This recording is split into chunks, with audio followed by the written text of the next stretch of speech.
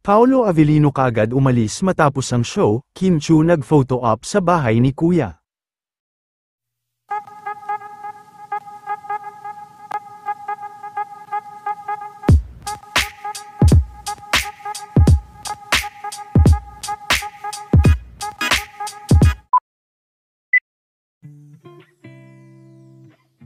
Nakatapos na nga sa kanyang show at guesting sa Rojas Isabela si Mr. Paolo Avellino, at bagamat wala si Kim sa kanyang event ngayong gabi, ay talagang dumagsa pa din ang mga nanood, at nagpakita ng suporta sa kanya.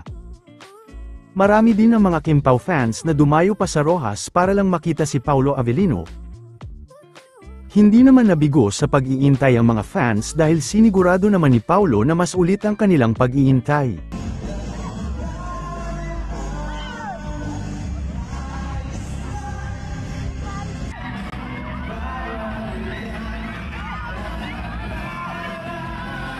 Bukod kay Paolo ay guest performer din ang mga kaibigan ni Vice na sina Petit at Chad. Tapos yung kami pumasok, parang yung iba tulala. Bakit ba?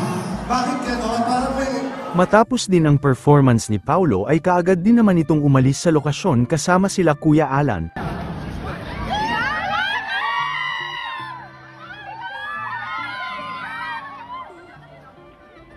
Samantala, naganap na nga kanina, ang media con ng mga PBB host na kinabibilangan ni Kim, at bago ito pumasok sa Showtime ay nakapag-photo op muna nga ito sa kanyang mga kasamang host, ngunit dahil mayroong Showtime kanina, ay kaagad din naman itong umalis at hindi na nga nakapag-interview kasama ang iba pang mga host.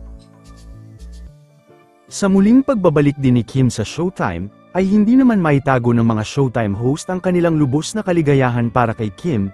Tiwala din ng mga Kim Pao fans na may alam ang mga Showtime hosts sa totoong relasyon nila Kim at Paolo.